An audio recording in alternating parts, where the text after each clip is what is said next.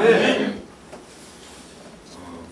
아까도 어떤 분이 들어오면서 그랬는데 정말 왜 이렇게 오랜만에 보는 것 같죠? 설날이 있어서 그랬나? 하여튼 한 주밖에 안 됐는데도 굉장히 오랜만에 보는 것 같아서 더 반갑고 더 좋습니다. 이 시간 우리가 한 주 아니지만 다시 모여 이렇게 예배하는 이 시간들을 위해 하나님의 귀한 은혜, 또 오늘 말씀으로 충만하게 채워주시는 귀한 은혜가 저와 여러분들 위해, 특별히 전하는 저나 듣는 여러분 위해 동일하게 임하기를 주님의 이름으로 축원드립니다. 아멘. 우리 옆에 있는 분들과 함께 이렇게 인사하고 말씀의 은혜 나눌게요. 사랑으로 덮어주고 기다리면 그것만으로 힘이 됩니다. 시작. 사랑으로 덮어주고 기다리면 그것만으로 힘이 됩니다. 저는 방금 인사한 것 같은 교회의 모습이 우리 교회의 모습이었으면 좋겠습니다.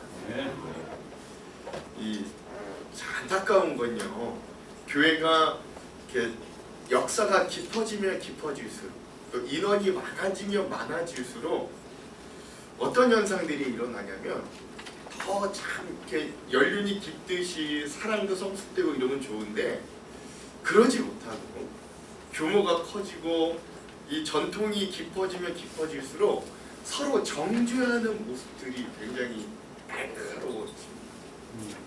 막 직분을 받는 것도 굉장히 까다로워지고 앞에서 뭘 하는 것도 마음대로 못해요. 교회가 더 그래요.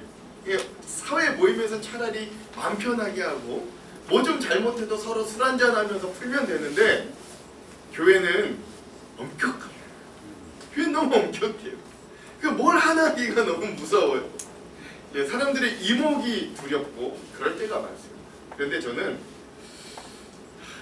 교회는 그러면 안 된다. 진짜 교회 공동체는 그런 공동체가 아니다.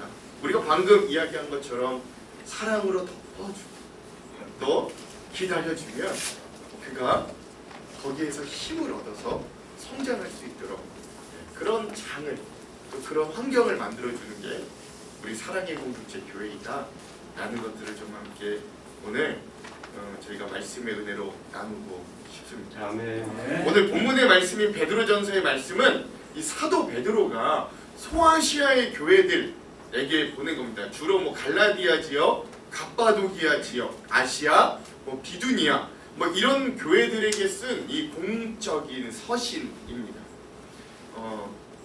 그래서 보통 이런 교회들이 이 베드로 사도가 세운 교회들로 보는 것이 보통 학자들이 인정하는 이야기들.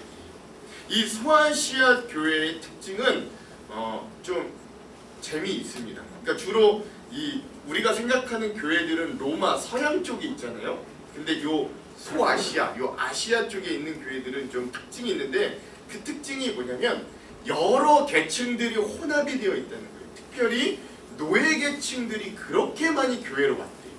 그러니까 요 교회들은 노예 계층의 분들이 굉장히 많이 합류가 된 그런 굉장히 여러 계층들이 혼합되어 있는 그런 교회들이었습니다. 또 이 당시에 어떤 상황이, 베드로전서가 쓰여질 당시에 어떤 상황이 있었냐면 지금 요 소아시아 지역이 있는데 요 서쪽에 있는 이 로마 지역에 네로 황제가 이 로마를 통치하면서 기독교를 극심하게 박해를 하던 시기였습니다. 그러다 보니까 요 소아시아 지역도 로마의 지배를 받고 있는데 이 서쪽에서 교회의 극심한 박해를 받고 있으니 이 사람들도 불안해지기 시작하는 거예요. 우리에게 언제 이 저 서쪽 로마에서 일어나는 교회의 박해가 언제 우리 소아시아 지역 쪽으로 또 옮겨질지 모르는 굉장히 불안하고 힘든 상황이었습니다. 즉 교회 외적으로는 극한 박해에 대한 불안함과 또 교회 내적에서는 여러 계층들이 모여서 갈등을 빚고 있는 상황이 바로 이 소아시아 교회들이 처해 있던 상황이었습니다. 즉 교회와 하나님 나라가 지금 이 소아시아 교회 성도들이 보기에는 무너지기 일보 직전의 상황이었다라고 할 수 있는 거예요. 자, 그러다 보니까 이 소아시아 교회의 성도들의 신앙이 흔들리기 시작했습니다.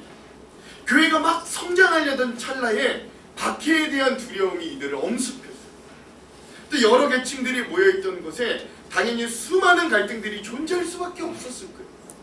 그래서 확실히 이 소아시아 교회가 위기에 처해 있던 때였습니다. 그때 이 소아시아 교회의 이 베드로 사도가 격려의 편지, 사랑의 편지를 쓴 게 베드로 전후서인 거예요. 그래서 이 베드로 전후서는 별명이 있는데 소망의 서신 또는 격려의 편지 뭐 이런 별명들로 불리는 책이 이 베드로 전서였어요. 그래서 저는 이러한 상황들을 보고 이러한 상황 가운데 쓰여진 편지가 베드로 전서라면 전후서라면 이건 오늘 우리들이 꼭 봐야 되는 편지. 우리도 교회 안팎으로 위기를 당하고 있는 오늘 우리의 믿음, 오늘 우리의 교회 생활, 오늘 우리의 신앙 생활에 우리가 필독으로 읽어야 될 편지다라는 것들을 저도 좀 깨닫게 되는.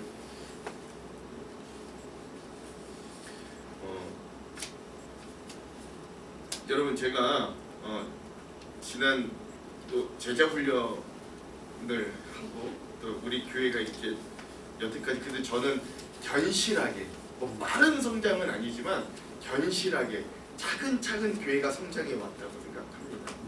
근데요 그럴 때일수록 굉장히 영적인 싸움이 치열함도 보게 됩니다. 특별히 사단이요 이렇게 믿음이 생기는 가정들 또 특별히 믿음이 시작하려고 하는 사람들을 엄청나게 공격하는 것들을 보게 됩니다. 좀 믿음이 막 시작되려고 할 때 잘 되면 좋아요, 그렇죠? 물질적으로도 세상적으로도 잘 되면 얼마나 좋아요. 하나님께도 영광이 되고 믿음을 가졌더니 잘 되더라 이렇게 이야기할 수 있는 거죠. 근데 너무나도 심한 공격들이 들어와요. 외적으로는 심한 공격들이 또 그 안에서는 얼마나 갈등과 어려움들이 있겠어요. 지금 오늘 우리 교회가 처해 있는 상황도 또 이런 모습과 거의 다르지 않아요. 그래서 오늘 우리들도 이 말씀에 좀 집중할 필요가 있다. 저는 여겨지게 됩니다. 우리 교회뿐만이 아니고요. 우리 한국 교회, 현대의 교회가 다 그랬습니다. 우리의 신앙과 교회가 위기라는 건 우리가 이미 너무나도 익히 들어서 잘 알고 있어요. 심지어 어떤 교회 미래학자라고 하시는 분들 또 어떤 목사님들은 뭐라고까지 이야기하냐면 한국 교회가 30년 안에 다 망할 거라고 예측하는 분들도 있습니다. 근데요, 전 그런 이야기를 들을 때마다 마음이 속상하고 하기도 하지만 좀 그런 마음의 반발심이 좀 들기도 합니다. 왜냐면 우리가 진짜 묵상해야 되는 건 이 꺼져가는 등불과 같은 우리의 신앙의 모습이 아니에요. 상한 갈대와 같은 우리의 교회의 모습도 우리가 묵상할 주제가 아닙니다. 오히려 그런 연약한 사람들을 사용하여 상한 갈대 같은 우리들, 꺼져가는 등불, 심지와 촛불과 같은 우리 성도들을 사용하여서 여태껏 2000년의 기회 역사 동안 하나님은 그 예수 그리스도의 복음을 통해 사람들을 여전히 변화시켰고 아무리 심각한 박해와 위기가 그들에게 찾아왔다 할지라도 우리 교회가 여태껏 여기까지 오도록 하나님은 우리를 지켜주시고 여전히 우리의 신앙, 여전히 우리의 교회는 수많은 문제와 위기가 있어도 여전히 견실하고 여전히 이 땅 가운데 하나님의 나라를 만들어가는 확장하는 그 중심부에 서 있다. 아멘. 이건 우리가 부인할 수 없는. 그래서 인간을 보면 심지어 성도들, 믿는 자들이라고 하는 그리스도인들과 그 교회의 모습을 보면 사실 겉으로만 보기에는 언제나 절망스러웠지만 하나님은 그런 절망스러운 교회와 성도들을 사용하여서 포기하지 않으시고 2000년이 넘도록 전 세계 수많은 사람들에게 그리스도의 복음이 전파되도록 인도하여 주셨어요. 그러니까 사실 하나하나 면면을 보면 절망스럽고 희망이 없어 보이고 소망이 없어 보이지만 전체적인 큰 나무로 보자면 2000년 동안 교회와 이 기독교 신앙은 여전히 성장입니다. 더 많은 사람들이 주님께로 돌아오게 되는 역사를 일으킵니다. 그 기독교 신앙이 수많은 나라와 수많은 사람들의 인생을 변화시켜서 그들의 삶이 하나님의 나라에 더 가깝도록 만들었어요.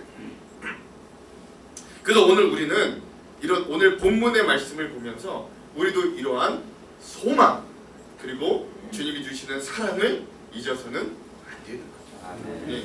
그러므로 오늘 본문 말씀을 통해 이 베드로 사도의 애타는 편지가 오늘 우리의 마음에도 와 닿아서 우리도 새로운 힘과 용기를 얻는 그런 시간들이 되기를 주님의 이름으로 축원드립니다. 우리 두 가지를 함께 나눌게요. 먼저 첫 번째는 뭐냐면 첫 번째 우리가 좀 기억해야 될 것은 마지막 때를 기억하며 결코 소망을 잃지 말아라 라고 하는 것입니다.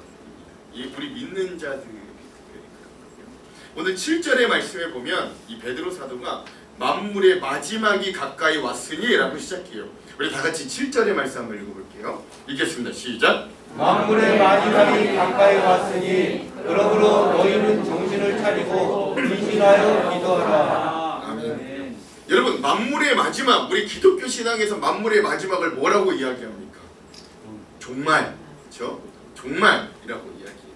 또 때론 다르게 이야기하면 예수 그리스도의 재림을 우리는 마지막 종말이라고 이야기합니다.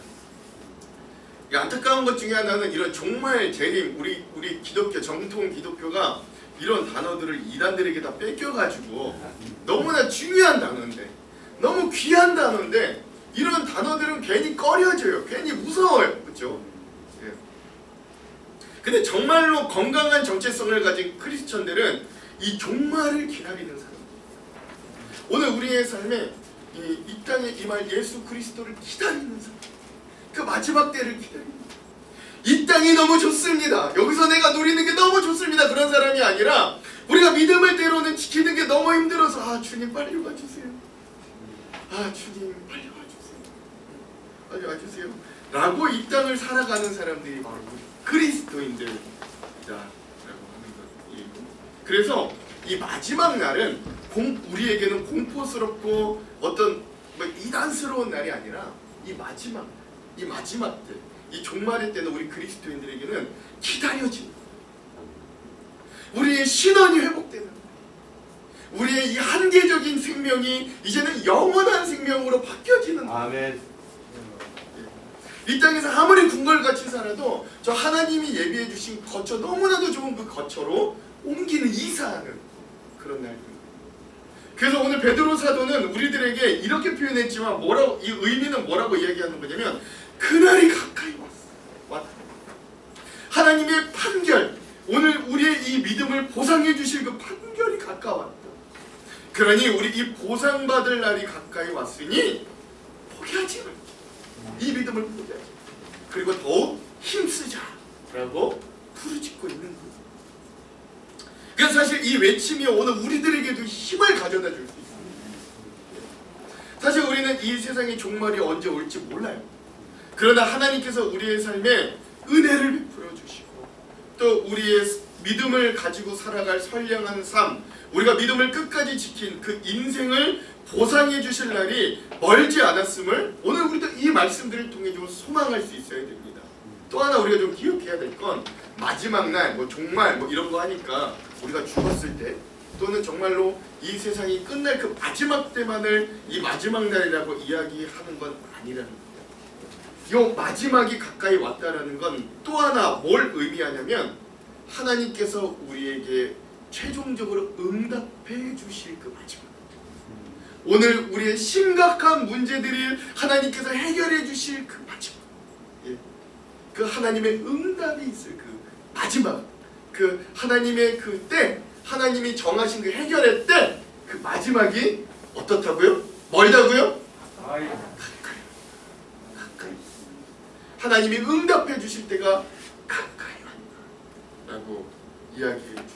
그래서 오늘 우리 하나님의 사랑하는 자녀들을 하나님이 잊지 않으시고 또 그 모든 문제들과 또 우리 어떤 신앙의 의심들과 또 수많은 신앙의 회의 가운데서도 오늘 우리들에게 하나님 살아계시는구나, 하나님이 역사하시는구나 우리에게 알려주실 그 마지막이 가까이 왔음을 우리가 잊지 않고 소망을 품을 수 있는 저와 여러분들이 되기를 주님의 이름으로 축원드립니다. 아멘. 예. 그래서 우리가 이 가까이 올 이 하나님의 나라를 우리가 기억하고 우리가 소망을 결코 우리의 낭망으로 덮어버려서는 안 된다라는 말씀입니다. 부족하지만 제 이야기를 하나 좀 나누고 싶습니다. 제 고백은 제가 이제 신학교를 다니면서 저의 마음을 가장 아프게 했던 것 중에 하나가 뭐냐면 바로 유명하고 큰 교회 목사님들의 범죄 행위들이었어요. 제가 그리고 많은 제 신학과 동기들과 선배들이 어떤 정말 훌륭하다고 생각했던 그 교회, 그 목사님처럼 되기를 꿈꾸고 비전을 품었던 그런 사람들이 많아요. 어떤 분들은 막 말투까지 따라해요. 뭐 그분들 말투까지 따라해요. 근데 그랬던 그 목사님들, 그랬던 그 교회들의 타락한 모습을 뉴스를 통해, 인터넷을 통해 볼 때 여러분들도 마음 아프시겠지만 내가 교육자의 길을 내가 목회자의 길을 가겠다고 준비했던 그 신학생들, 그 목사님들과 같이 되고 싶다고 여겼던 그분들의 마음은 얼마나 찢어지겠어요. 얼마나 뭐라 그럴까요? 길을 잃어버린 것 같은 느낌이 들겠어요. 저도 그랬어요. 저도 그런 뉴스들이 빵빵 터질 때마다 굉장히 비참한 거예요. 그리고 이내 곧 내 자신에게 그리고 하나님께 물어봅니다. 하나님, 제가 하나님의 부르심을 따라 신학생이 되었지만 정말 이 한국교회가 비전이 있습니까? 하나님, 정말 우리 교회를 포기하진 않으신 겁니까? 라는 물음이 제 신학교 시절에 있었어요.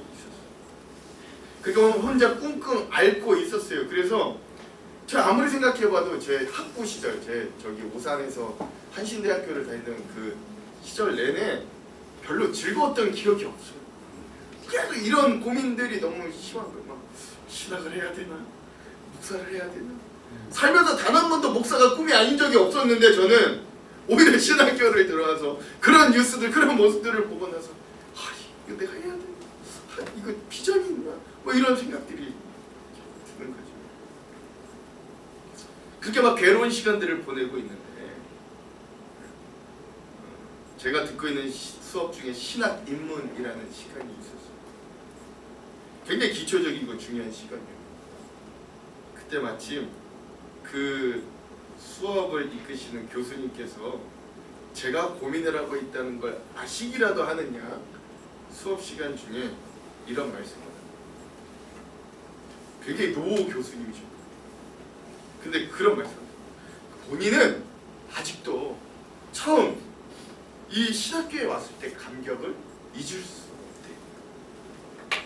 처음 그 신학교에 와서 그 예배당 채플실에 앉아 있는데 그게 너무나도 감격스럽대요. 어떤 마음이었냐면 내가 2000년 동안 이 예수 그리스도를 전하기 위해 이 지켜져 오던 이 사도의 반열, 이 목회자의 반열에 나도 드디어 동참할 수 있구나. 내가 이제 이 한국교회를 이끌어 가야 되는 한 사람의 목회자가 되는구나 라는 감동이 있었다.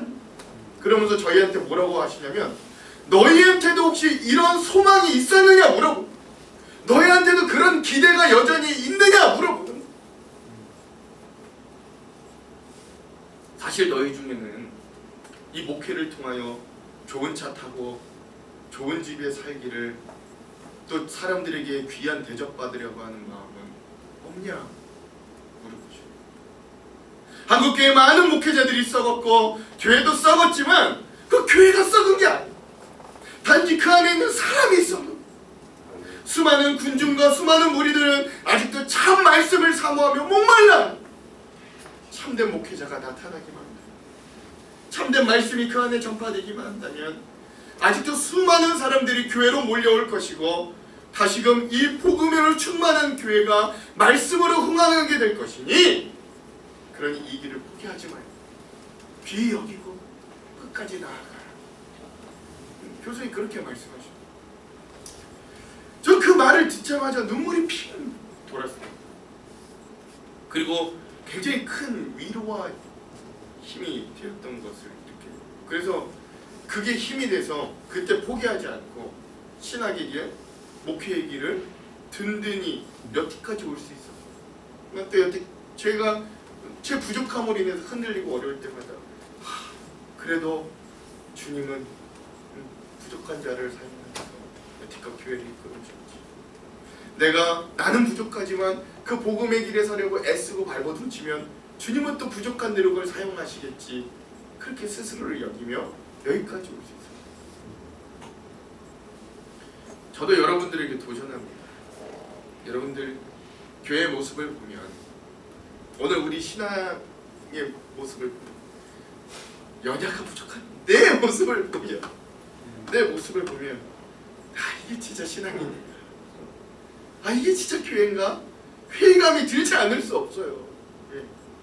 근데 여러분, 그럼에도 불구하고 오늘 여기 모여 앉아있는 우리가 이 마지막 때임을 기억하며, 오늘 우리 공동체가 사람이 많든 적든, 오늘 우리 공동체가 돈이 많든 적든, 우리 교회 공동체가 건물이 삐까번쩍하든 그렇지 못하든 그거에 상관없이 오늘 여기 모인 우리 모두가 그 예수 그리스도를 믿는 믿음 안에 사랑 전문가가 된다. 진짜 사랑할 줄 아는 사람들만 된다면, 전 다시금 사람들이 그 사랑의 따뜻함을 느껴서 오늘 우리 교회로 찾아올 것이다. 저는 확신해요. 아멘. 그리고 그러한 일꾼들이, 그런 일을 감당하는 분들이, 그런 촛불 같은 분들이 저와 여러분들이 되기를 간절히 소망합니다. 아멘. 그래서 오늘 베드로도 이 소아시아 교회들에게, 그리고 이 땅의 한국 교회들에게, 오늘 우리 한장로교회에게 이렇게 말씀하십니다. 안팎으로 위기가 와도 교회는, 우리의 믿음은 쉽게 무너지지 않는다. 하나님의 나라는 결코 무너지지 않는다. 그러니 정신을 차리고 다시 그 삶의 기도의 자리를 회복하라. 또한 너희는 그리스도의 사랑을 회복해라. 무엇보다 사랑을 뜨겁게 만드는 그 사람, 그 십자가의 은혜를 회복하라. 그러면 너희의 과업과 잘못도 덮어지니, 그리고 너희도 다른 모든 자들을 용서하고 품게 되니 너희도 그런 사람들이 되라. 라고 베드로는 오늘 말씀합니다. 제가 아무리 살펴보아도 21세기 대한민국을 살고 있는 우리들, 겉으로 보기엔 하나님이 일도 필요 없는 시대에 살고 있는지도 모르겠어요. 하나님 없이도 밥 굶지 않고요, 하나님 없이도 큰 문제 없이 우리가 하는 것들 하면서 살 수 있는 시대, 공간에 살고 있어요. 그래서 교회도 신앙도 점점 폐하여지고 사그라질 것 같고, 어떤 내 믿음에 대해서, 우리 교회들에 대해서 다 말은 못해도 무의식적으로 위기를 느끼며 살고 있는 시대가 오늘이 아닌가 싶기도 합니다. 근데 여러분, 힘을 내십시오. 그런 것들 따위에 무너질 우리의 신앙과 교회가 아닙니다. 아멘. 세상이 아무리 발전해도, 세상이 아무리 좋은 것들로 가득 채워져도 결국 사람의 마음에 채워지지 않는 그 무언가는 이 예수 그리스도의 십자가가 아니면 채울 수 없음을 여러분 꼭 기억하시길 바랍니다. 30년 후에는 교회가 다 망할 거라고요? 아니요, 그렇지 않아요. 그렇지 않아요. 예수 그리스도의 복음은 30년, 300년, 3000년이 지나도 여전히 그 사람들의 마음에 의미와 가치를 줄 것이고, 하나님의 나라를 이 땅 가운데 세워갈 놀라운 동력들을 허락해 줄 것이기 때문에, 그러므로 오늘 우리도 이 소망을 품고 우리에게 다가오는 삶에 하나님의 나라를 이 땅 가운데 다시 뜨겁게 만드는 사람들이 되기를 주님의 이름으로 축원합니다. 아멘. 그러면 그 사랑의 뜨거움이 오늘 우리가 처해 있는 이 신앙적인 위기, 인생의 위기에서 다시금 일어날 수 있는 소망을 줄 수 있기 때문입니다. 오늘 이 소망을 품고 모두 우리의 삶으로 각자 돌아가시는 저와 여러분이 되기를 주님의 이름으로 축원합니다. 아멘. 우리 옆에 있는 분들과 함께 이렇게 한번 도전해 볼게요. 하나님의 나라는 무너지지 않습니다. 소망을 잃지 맙시다. 시작. 하나님의 나라는 무너지지 않습니다. 그래요. 자, 그러면 여러분, 우리가 아까 제가 여러분들에게 도전했던 것처럼 오늘 우리의 교회가 이 위기 상황에도 불구하고 많은 이들에게 그리스도의 향기를 내뿜을 수 있는 귀한 방법, 그것이 무엇이냐면, 둘째, 그래서 무엇보다 뜨겁게 사랑하는 것. 베드로 사도는요, 오늘 말씀에 보면 또 다른 것들을 다시 찾는 걸 주문하는데, 그게 무엇보다 먼저 서로 뜨겁게 열심히 사랑하라고 오늘 우리들에게 주문하고 있어요. 위기를 만났을 때 여러분 뭉치면 살고 흩어지면 죽는 거예요. 예, 뭉칠 수 있는 가장 핵심의 동기가 어디 있을까요? 사랑. 사실 우리가 다 한 명 한 명 따지고 들면 얼마나 연약함이 많은지 한 적이 없어요. 일일이 서로 잘못한 걸 따지고 들자면 우리가 살 수 없을 거예요. 그래서 우리는 다른 사람들에게 사실 사랑받을 수 있는 자격이 그렇게 충만한 사람들은 아닙니다. 특히 하나님 앞에 우리는 결코 사랑받을 수 없는 죄된 종들. 그러나 하나님의 뜨거운 사랑이 우리의 죄를 덮어주신 거예요.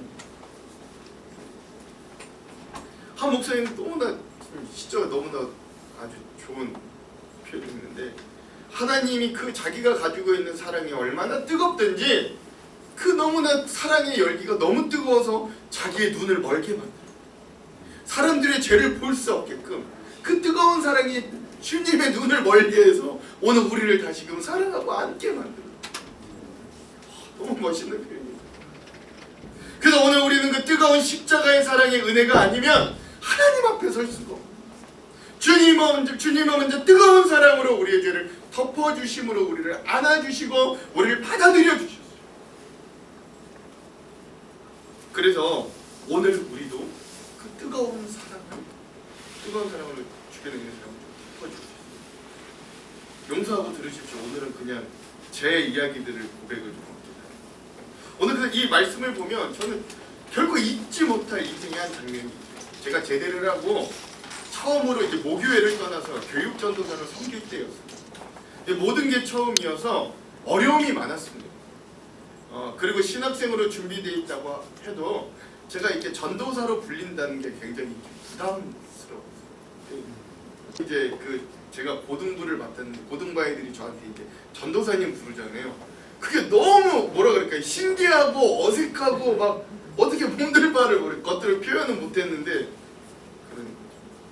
그러니까 최선을 다해서 순수하게 주님이 주신 사역의 자리를 채우려고 부단히 노력했어요. 가장 처음 맡았던 부서가 고등부였는데 12명 정도에 있었던 아이들 그리고 50대 이상의 3분의 교사가 있었던 부서였어요. 부족하지만 그래도 맡겨진 영혼들 저에게 참으로 소중했기 때문에 열심히 섬기고 고등부의 사역을 진행했습니다. 한 1년 정도 사역하면서 12명이었던 고등부 아이들이 한 35명 정도로 굉장히 부흥하게 되었어요. 그러다 보니까 제가 모든 부교육자분들에게도 사랑받고 또 섬기고 잘 생활하게 했죠.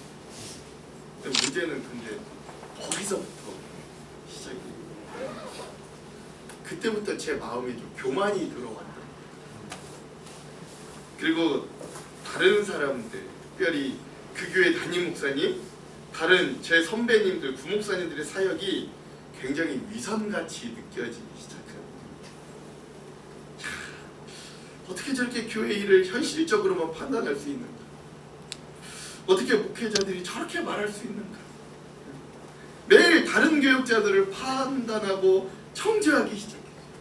그러다 보니까 마음에 즐거움이 있겠어요? 없겠어요? 마음에 즐거움이 하나도 없는. 지금 생각해보면 진짜 그 교회에 문제가 있었던 게 아니라 제가 너무 어리고 연약해서 이제 현실을 잘 보지 못해요. 어린 자기 의에 빠져서 정죄의 칼날을 여기저기 그냥 휘둘러대고 있어요. 나 혼자 잘났고 나 혼자 진짜 신앙인이라고 이 바리새인 같은 마음이 그 마음에 아주 그냥 똘똘 가득 차고 있었어요. 왜? 나는 1년 동안 증명했잖아요. 나는 12명밖에 없는 부서를 35명이나 거의 3배 정도 부흥시켰잖아요. 그러니까요, 너무 신기한 게 뭐냐면 전도사가 교회를 가기 싫어요. 전도사가 주님한테 뭐 그렇게 교회 가기 싫어요. 그날도 그날은 이제 토요일 아침이었는데 토요일 날 아침도 그날도 너무 교회 가기 싫은데 교회 가기 싫은 마음을 억지로 부여잡고 이제 교회로 터벅터벅 이제 가는 거예요. 버스를 타고 내려서 이렇게 그 교회로 한 5분 정도 걸어가요. 정류장에서부터 교회까지 5분 정도 걸어가야 되는데 진짜 도살장에 끌려가는 소가 이런 마음이겠구나. 그런 걸 막 알겠는 거예요.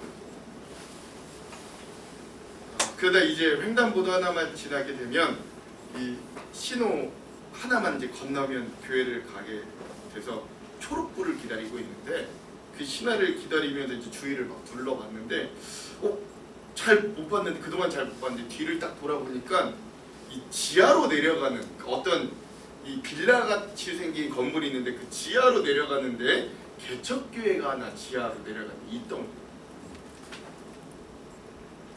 근데 그 교회로 들어가는 그 계단 위에 성경 한 구절이 쓰여져 있었거든요. 그 문구가 바로 오늘 본문의 8절 이 말씀이었어요. 8절의 말씀 우리 다시 한번 읽어볼까요? 오늘 본문의 8절의 말씀 한번 말씀 한번 보여주세요. 8절의 말씀 읽겠습니다. 시작. 무엇보다 뜨겁게 서로 사랑할지니 사랑은 허다한 죄를 덮느니라. 아멘. 무엇보다 뜨겁게 서로 사랑할지니 사랑은 허다한 죄를 덮는. 교회 가기 너무 싫어가지고 그 횡단보도 앞에서 초록불 기다리고 있는데 뒤를 딱 돌아봤는데 저 말씀이 거기 딱 개척교회 그 계단 내려가는 위에 딱 있어요. 이 말씀을 보는 순간 교회 많이 뒤통수를 가게 확 만든 것 같은 내 주변에 죄가 쌓여 있는 줄 알았는데 정작 중요한 건 그게 아니라 그걸 덮을 만한 사랑이 제 마음에 없었던 거예요. 하나님을 사랑한다고 그래서 내 삶을 전적으로 하나님께 드린다고 약속하였던 그 마음이 다 헛것이 되게 만드는 판단과 정죄가 제 마음에 가득 채워져 있었던 거예요.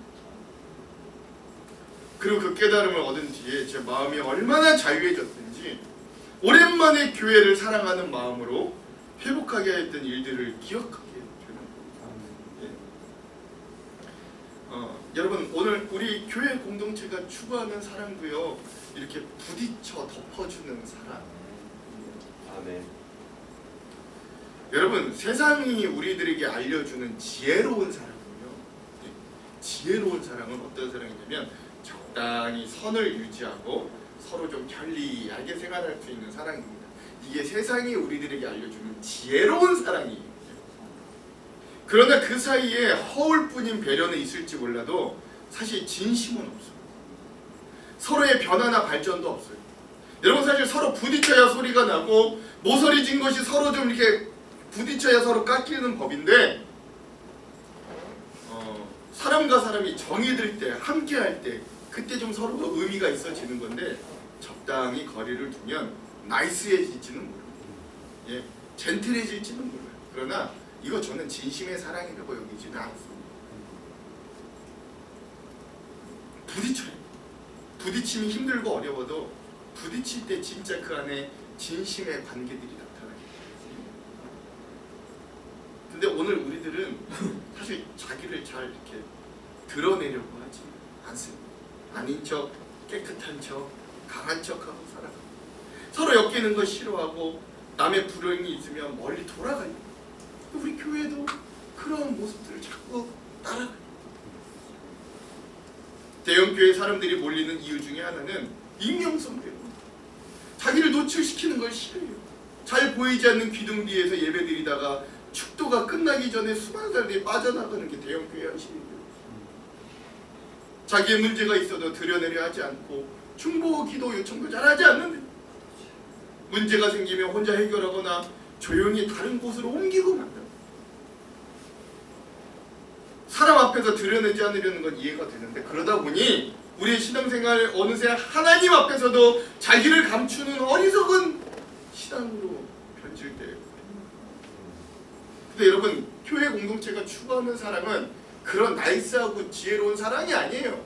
진짜 교회 공동체가 추구하는 사랑은 부딪혀. 여러분 부딪혀요. 그것 때문에 때로는 아파요. 그것 때문에 골치가 아파요. 그래도 그것들을 품고 부딪히면서 껴안는 것이 교회 공동체가 추구하는 사랑이에요. 아멘. 그래서 그 부딪힘, 그 진짜 만남을 우리가 두려워하지 말되 근데 중요한 건 뭐냐면 여러분 그 사랑에 보자기 하나 준비해 주십시오. 그 사랑의 보장이야. 그리고 우리가 그렇게 부딪혀서 사람을 사랑하다가 상대방의 허물이 보일 때마다 그 위에 그 보자기 살짝 덮어주세요. 아멘. 허물을 허물대로 보고 드러내면 나나 그 상대나 견딜 수가 없어요. 그 상대의 가시가 보일 때마다 날카롭게 되지 않도록 그 보자기로 돌돌 말아주세요. 가시를 무디게 만들어야 서로 가까이 할 수 있죠. 우리 교회 공동체가 추구하는 사랑은 그런 사랑이라고요. 상대방의 좋지 못한 점을 덮고 좋은 점은 부각해 주려고 노력하는 게 우리 교회 공동체의 사랑입니다. 그냥 거리 두어서 처음부터 나한테 안 좋은 건 보이려고도 하지 마. 이게 교회 공동체의 사랑입니다. 그러므로 오늘 우리도 그런 사랑을 회복할 수 있는 귀한 자들이 되기를 원합니다. 네. 무엇보다 뜨겁게 서로 사랑한다면 뜨겁게 서로 사랑할 수 있는 방법은 뭐냐면 허물을 덮어주는. 여러분 레미제라블 아시죠? 주인공 장발자. 살면서 억울한 일 당해보지 않는 사람은 없겠지만 장발자는 굉장히 억울한 인생 살았습니다. 빵 하나 훔쳐서 감옥생활 몇 년 했는지 아세요? 19년 감옥생활. 빵 하나 훔쳐서 장발자. 그리고 19년 사회생활, 이제 19년 감옥생활하고 사회에 나왔더니 그걸 반겨주는 사람이 아무도 없어요. 전과자라는 이유로 모두가 정죄의 눈초리로 자기를 바라볼 뿐이었어요. 그래도 성당을 찾아갔더니 그 성당에 미카엘 신부님이라는 분만 이 장발장을 따뜻하게 맞아요. 식사도 주고 잠자리도 제공해 주었어요. 그런데도 불구하고 그는 이 교회 안에 있는 은접시하고 촛대를 본 순간 그 자기가 두고 왔던 가난한 가족이 떠올라서 다시 그 은접시와 촛대를 훔쳐서 달아납니다. 은혜를 배신으로 갚은 것. 그러다가 결국 그는 또 경찰에 붙잡힐 수밖에 없었어요. 그리고 이제 이대로 갇히면 그는 이제 19년이 아니라 거의 평생을 감옥에 보내야 되는 처지에 놓였다. 이런 그에게 근데 다시 또 은혜가 주어집니다. 경찰이 이 장발장을 주교에게 끌고 가서 그 성당 교회에서 훔친 그 은접시와 이 금 촛대를 보여주니까 이 주교가 웃으면서 이렇게 말했다는 거죠. 이것들 장발장이 훔친 게 아니라 제가 준 겁니다. 우리가 잘 아는 대로 이 신부의 한마디가 얼음장 같았던 장발장의 마음을 녹이는 거예요.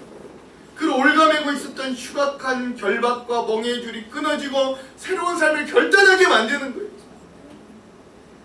그는 이 사랑의 빚을 갚기 위해 일생 어려운 이웃을 돕고 후에는 존경받는 시장이 됩니다. 시장. 빵 한 조각 때문에 비참한 죄수로 살았던 그가 어려운 이웃을 섬기는 놀라운 변화와 사랑의 표본이 될 수 있었던 건 이런 덮어주는 사랑이 있었기 때문에. 여러분 다윗은요 자신의 극심한 죄악 중에도 용서받는 일의 은혜를 이렇게 노래했어요. 다 같이 시편 32편 1절 한번 읽어볼게요. 시편 32편 1절 한번 읽겠습니다. 시작. 허물의 사함을 받고 자신의 죄가 가려진 자는 복이 있도다. 아멘. 아멘.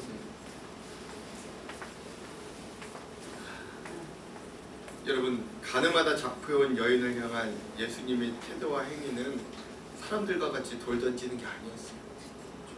그 여인의 죄를 덮어주고 용서해 주고 예수. 노아가 술에 취해 발가벗고 잠이 들었을 때 그 발가벗은 아버지의 치부를 보지 않고 이불을 들고 뒤로 걸어 들어가서 아버지의 허물을 덮어주었던 셈과 야벳은 축복의 자녀들이 돼요. 유월절 어린 양의 피를 물선주에 바른 집들은 자격이 안 돼도 그래도 그들은 하나님의 덮어주시는 은혜 가운데 하나님의 재앙이 죽음이 그 집을 뛰어넘게 해주었어요. 오늘 우리는 은혜 받을 자격이 없고 오늘 우리는 사랑받을 자격이 없고 이 십자가의 놀랍고 뜨거운 사랑이 우리의 죄를 덮어주어서 이 십자가 은혜를 우리가 믿고 받아들이기만 하면 오늘 죄인된 우리도 저 하나님의 자녀들로 천국을 소유한 자들로 만들어주시는 놀라운 은혜를 이미 우리가 겪었어요. 그러므로 사랑하는 성도 여러분, 오늘 정죄보다 율법보다 우선하는 건 이 뜨거운 사랑임을 기억하시기 바랍니다. 아멘. 주님이 율법을 완성하러 오신다고 했잖아요. 예수님께서 마지막으로 완성하신 율법을 완성하신 사건이 뜨거운 사랑으로 우리의 죄를 덮어주신 십자가 사건으로 율법을 완성하셨어요. 아멘. 그리고 그 사랑이 모든 이에게 생명을 주시고 생명의 길을 열어주셨어요. 그러니 오늘 우리도 그 사랑으로 우리 그 주님의 길을 따라간다면 우리도 다른 이들을 뜨겁게 사랑하고 그 아멘. 허물을 덮어줄 수 아멘. 있어야 됩니다. 그럴 수 있는 다른 이들의 과오와 실수를 덮어줄 수 있는 마음의 여유와 사랑이 오늘 우리들에게 오늘 우리가 이러한 사랑의 전문가들, 우리 덮어주는 귀한 자들이 다 되기를 주님의 이름으로 축원합니다. 아멘. 우리 옆에 있는 분들과 함께 이렇게 한번 도전해 볼게요. 덮어주는 사랑이 사람을 변화시킵니다. 덮어줍시다. 시작. 덮어주는 사랑이 사람을 변화시킵니다. 여러분, 말씀 마무리합니다. 우리의 삶에 신앙이 또 우리의 삶에 위기가 찾아올 때 그 두 가지를 잊지 마십시오. 하나님의 마지막 때가 가까워. 하나님이 나에게 응답해 주실 때가 가까이 왔다. 라고 하는 소망을 잊지 마시고, 또 하나 오늘 우리가 덮어줄 수 있는 뜨거운 사랑의 공동체가 나에게 있다. 또 나를 위해 기도해주는 우리 한장로교회 뜨거운 사랑의 공동체가 나에게 있다. 여러분, 이 두 가지를 잊지 마시고 다가오는 한 주 우리가 소망을 먼저 품은 자들로 먼저 우리의 가족과 배우자를 용서하십시오. 덮어주십시오. 옆에 있는 교우들을 용서하고 서로 덮어주는 저와 여러분 되기를 간절히 소망합니다. 아멘. 위기의 시대 우리가 사랑으로 뭉쳐서 다시금 하나님께서 주시는 소망과 비전을 함께 품고 일어나는 귀한 성도들, 우리 귀한 공동체 다 되기를 주님의 이름으로 축원합니다. 아멘. 축원합니다. 아멘.